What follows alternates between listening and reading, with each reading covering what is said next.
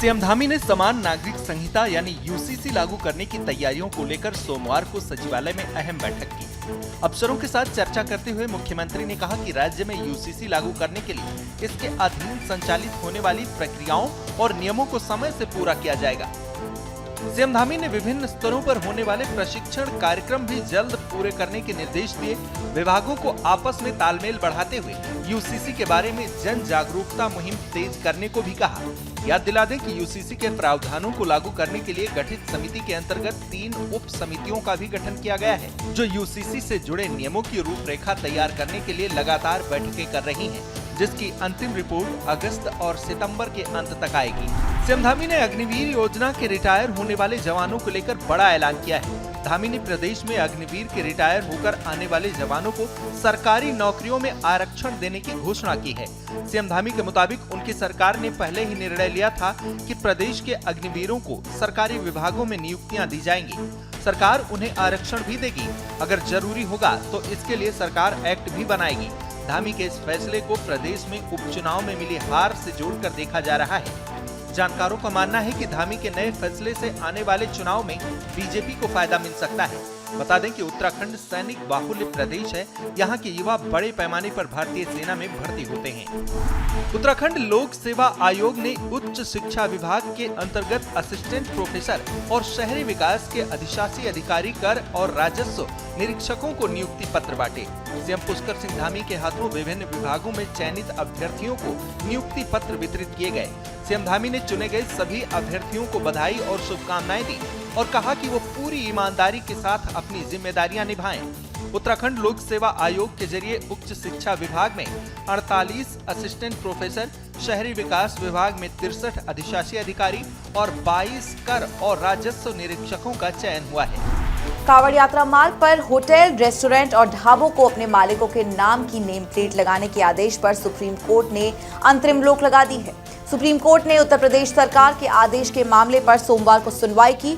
सुनवाई के बाद कोर्ट ने यूपी प्रशासन के फैसले पर रोक लगा दी।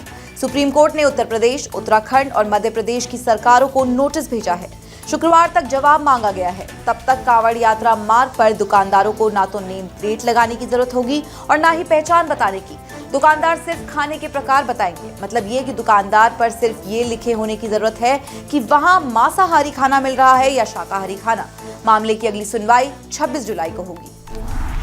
सावन के पहले दिन धर्मनगरी हरिद्वार में भी बारिश ने बरपाया कहर। सुबह से 2 घंटे तक इतनी मूसलाधार बारिश हुई कि शहर पानी पानी हो गया। जगह जगह जल भराव देखने को मिला। रानीपुर मोड़ और भगत सिंह चौक पर कई फीट तक पानी भर गया, जिससे गाड़ियों को निकलने में भारी परेशानी का सामना करना पड़ा। पैदल आने जाने वाले लोगों को भी दिक्कतें हुई। ज्वालापुर इलाके में भी मूसलाधार बारिश के चलते सड़कों पर पानी भर गया। बच्चों ने बारिश में मस्ती की, लेकिन रानीपुर मोड़ चौक के आसपास के लोगों ने गुस्सा जाहिर किया। कहा, रानीपुर मोड़ चौक पर भारी बारिश में हर बार कई फुट तक पानी भर जाता है। दुकान तक पानी पहुंचता है और दुकानदारों को नुकसान झेलना पड़ता है। लेकिन जिला प्रशासन ने यहां जल भराव के लिए अब तक कोई समाधान नहीं खोजा है। भारी बारिश के बाद रुड़की से भी नगर निगम के दावों की पोल खोलती तस्वीरें सामने आई। रुड़की में इमली रोड, रामपुर चुंगी और दून स्कूल रोड जैसे कई इलाके तालाब बन गए। एक पेट्रोल पंप भी पानी में लगभग डूब गया। कई घरों और दुकानों में भी पानी घुस गया। लोगों का कहना है कि मानसून से पहले इस बार भी नगर निगम के अधिकारी और जनप्रतिनिधि सिर्फ दावे ही करते रहे। काम कुछ हुआ नहीं। अगर होता तो 2 घंटे की बारिश में ऐसा हाल न होता। नगर निगम ने न तो तालाबों और नालों के किनारे से न तो अवैध अतिक्रमण हटाए और न ही शहर में जल निकासी के कोई इंतजाम ठीक से किए गए। राजधानी देहरादून समेत आसपास के इलाकों में सुबह से ही तेज बारिश का दौर चल रहा है। बारिश की वजह से जनजीवन अस्त व्यस्त हो गया है। भारी बारिश की वजह से देहरादून में सुबह स्कूल जाने में भी बच्चों को काफी मशक्कत करनी पड़ी। मौसम विभाग ने प्रदेश के अधिकांश हिस्सों में 2 दिनों तक भारी से बहुत भारी बारिश होने का अलर्ट दिया है। भारी बारिश की चेतावनी के बाद कुमाऊं के नैनीताल और उधम सिंह नगर जिले में 1ली से 12वीं क्लास तक के स्कूलों की छुट्टी भी घोषित कर दी गई है। मौसम विभाग ने बारिश के दौरान लोगों को सतर्क रहने के लिए कहा है। नदी नालों के पास जाने से बचने की अपील की गई है। चमोली के थराली में मूसलाधार बारिश से पिंडर नदी फिर रौद्र रूप दिखा रही है। पिंडर नदी में इतना तेज बहाव है कि थराली और सूना को जोड़ने वाले निर्माणाधीन वैली ब्रिज के कई पार्ट्स बह गए। पिंडर नदी के अलावा प्राणमती नदी का जलस्तर भी खतरे के निशान को छू रहा है, जिससे खेती वाले कई इलाके डूब गए हैं और किसानों को भारी नुकसान उठाना पड़ रहा है। हल्द्वानी में तराई पूर्वी वन विभाग में वन तस्कर लगातार जंगलों की बेशकीमती लकड़ियों को काटकर खुलेआम तस्करी कर रहे हैं। आरोप है कि इस तस्करी के पीछे वन विभाग के कर्मचारियों की सीधी मिलीभगत है। इसका नतीजा है कि तस्कर जंगल के अंदर प्लॉट सफाई के नाम पर जंगल के बेशकीमती लकड़ियों की तस्करी कर रहे हैं। ये गंभीर आरोप स्थानीय गुर्जरों ने लगाए हैं। आरोप ये भी है कि वो जब लकड़ी तस्करी की शिकायत कर रहे हैं तो वन विभाग के कर्मचारी और तस्करों ने धमका रहे हैं। झूठे मुकदमे में फंसाने की धमकी भी दी जा रही है। गुर्जरों का कहना है कि बेशकीमती खैर के 15 पेड़ों को काटकर उनको छोटे छोटे टुकड़ों में बनाकर ठिकाने लगाने का काम किया जा रहा था। जब गुर्जरों ने तस्करों को रोकने की कोशिश की तो लकड़ी छोड़कर तस्कर ट्रैक्टर ट्रॉली लेकर भाग गए। मामला मीडिया में आने के बाद अब वन विभाग के कुमाऊं चीफ भरोसा दिला रहे हैं कि किसी भी तरह की वन तस्करी नहीं होने दी जाएगी।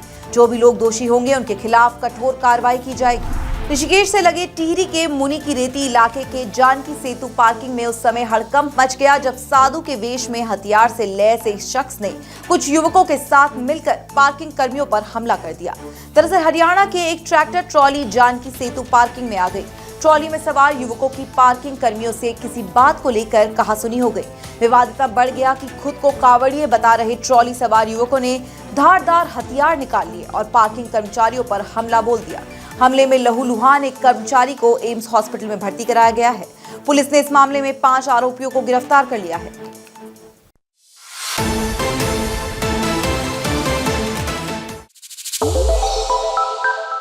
श्रेष्ठ उत्तराखंड पर खबरों से जुड़े रहने के लिए चैनल को सब्सक्राइब और लाइक करें, बेल आइकन दबाएं और देखते रहें श्रेष्ठ उत्तराखंड।